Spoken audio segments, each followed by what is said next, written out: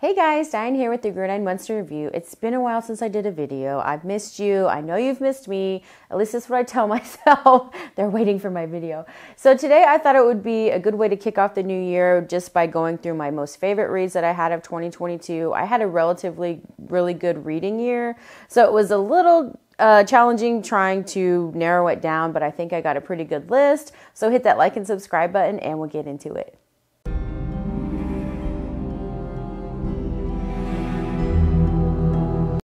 Okay, so I felt like I started out 2022 pretty strong with Gone to See the River Man by Christopher Triana. And if you've been on my channel for really any length of time, you've probably heard me talk about this. I have a single review of this book, which I'll link. But just for a quick synopsis, this is about a young woman and she is corresponding with a serial killer. She tries not to call it a boyfriend-girlfriend situation, but it's a relationship nonetheless that has really kind of taken over her life. And he has sent her on kind of a quest. She's got to go into the woods to this creepy cabin. So of course she's like, yes, I'll do it. And she ends up taking her sister with her, and it just goes from bad to worse very quickly. And her sister is mentally challenged, so she's really innocent. She's really kind of along for the ride. So it's a really sad story. There's some really devastating parts of this book, but it was so good and it was so addictive. I read it in one sitting.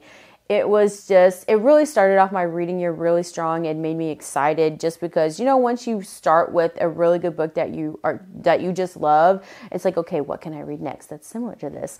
I haven't read another Christopher Triana book yet. I have it on my TBR, but as you know, with TBRs, I follow them relatively loosely because I'm very scatterbrained. So I'm like, oh, I'll read that. Oh, I'll read that. But next we have the First Law Trilogy, and this is by Joe Abercrombie. And this book, it really kind of pains me to tell you about how much I love this book because my husband was saying how good this was, how much I would enjoy it. And I was like, you know what? No, I'm not going to do that and I'm not going to enjoy it. Anyways, I ended up reading it and I loved it. I didn't only read the first one. I read the trilogy. So this is a little out of my comfort zone. This is more of like a grim dark fantasy, which I've never really read, but I really enjoyed. It's kind of got like political intrigue. It's very character driven. The characters are very gray when it comes to their moral compass. Gray is a very loose. I mean, it's very gray is how I'll describe it.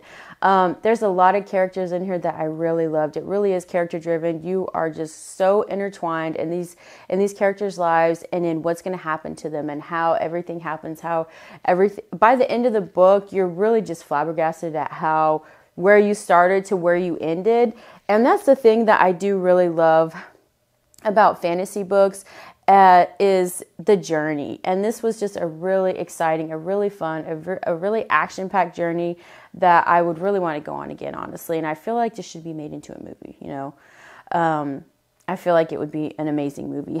But it had some characters, I guess the most notable ones to me were probably Logan Ninefingers. And he kind of has two different personalities kind of coexisting inside him. He's more likable, he's funny, you can really kind of get along with him. And then the other one is like this barbaric, insane, ruthless killer. And he almost gets possessed on the battlefield, and you kind of see that conflict as it progresses, and you're in his mind as well. So you also understand why he does tries to understand why he does what he does, and you really do feel for these characters, and you feel the inner turmoil that they're really going through. Another favorite of mine was Glockter, and he was a torturer. And I know that sounds bad, but he does have very redeeming qualities.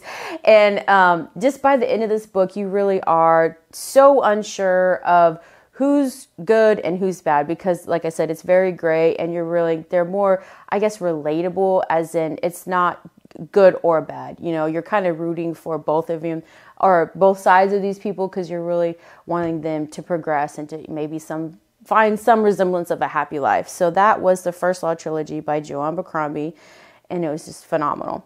And then we have Brother by Anya Alborn, and this is another book I've talked about a lot on my channel. another author as well, because I love Anya Alborn. I love how she writes books. I just love everything about her. But Brothers, so this is kind of like an Appalachian horror, which is right up my alley. I love Appalachian horror. And this is about the depraved Morrow family. So this, use the term family very loosely. This is more of a clan, more of a group. But it's really more of about the two brothers that are at the center of the family. And one brother is really kind of realizing, like, this isn't how things are supposed to be. This isn't what a family is supposed to be. You know, I feel like there's something more for me out there. And this is such a devastating story.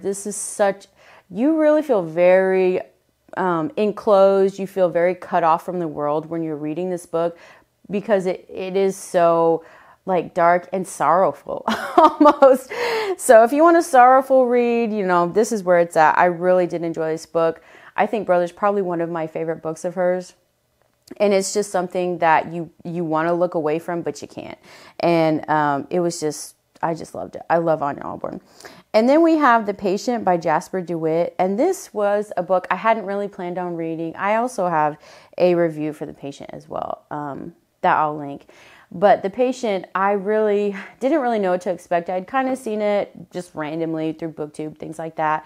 And the cover's really not that good. So I was like, I know the old saying, don't judge a book by its cover, but we all do it. You know, you can admit it. It's okay. So I was expecting with this book, I don't know really what I was expecting, honestly, but so this is a book about a patient, and he is kind of like a lifelong patient, and there's kind of a lore surrounding him to where people that are around him, not only staff, but other patients, they are just driven mad. They're driven to suicide and just to do all these horrific, crazy things. And so there's a new doctor that comes into the hospital, and he's young and fresh, and he's like, okay, I'm going to figure out what's going on with him. I'm going to get to the bottom of this. And it's like the worst decision of his life. And so he does end up figuring out kind of what's going on, and you're along for the ride. And this was such a just outstanding book. I really was, like I said, I wasn't expecting too much from this, but I like when you kind of have to uncover like what's going on. You kind of have to sift through old files and things like that. It just really kind of transports me even more into the story than just trying to figure out what's going on. But this book was really good. It was really dark. There were some really sad and heartbreaking parts in this book, but it was so worth it. And I feel like even the ending was so satisfying. I won't say if it's a good, satisfying, or bad satisfying, but it was so good. I can't recommend this book enough. It's not my favorite read of the year, but it's very close. And then we have The Silent Companion by Laura Purcell. And this is a Victorian ghost story. This was just the epitome of a fall, rainy day read. Just all day, stop what you're doing and just fall into the fall, because it was just perfect. And this book was about a young woman. She's recently widowed. She's pregnant. I mean, she's having a bad day. And so she is actually being sent off to her recently deceased husband. He has a estate. It's called, I think, The Bridge. And she's going out there to be kind of cared for and looked after by his cousin. She's kind of described as being really odd and weird. And anyways, they kind of become friends, and they end up kind of bonding in this kind of forced situation. Anyways, once she gets there, she ends up finding these wooden dolls, and it looks just like her. It looks just like her, and it really feels alive. And so the story just goes from there, and you're trying to figure out what's going on, not only with these dolls, why the staff is really afraid of them. And the tension is building through the whole book, and it's almost it reminds me a lot of Shirley Jackson's The Haunting of Hill House, which is one of my favorite books. I love the subtleness of the haunting. This is a little more in your face. The Silent Companions is a little more in your face, which I enjoy. And there's a lot of, these Silent Companions are so freaking creepy. It was just an amazing book. I had never read anything by her, but I really enjoyed her. And it's definitely an author I'm going to be looking out for, because this book was so enthralling. I have a friend that I correspond over email just about books and stuff. And she was asking me questions, and I was like, you know what? I don't know.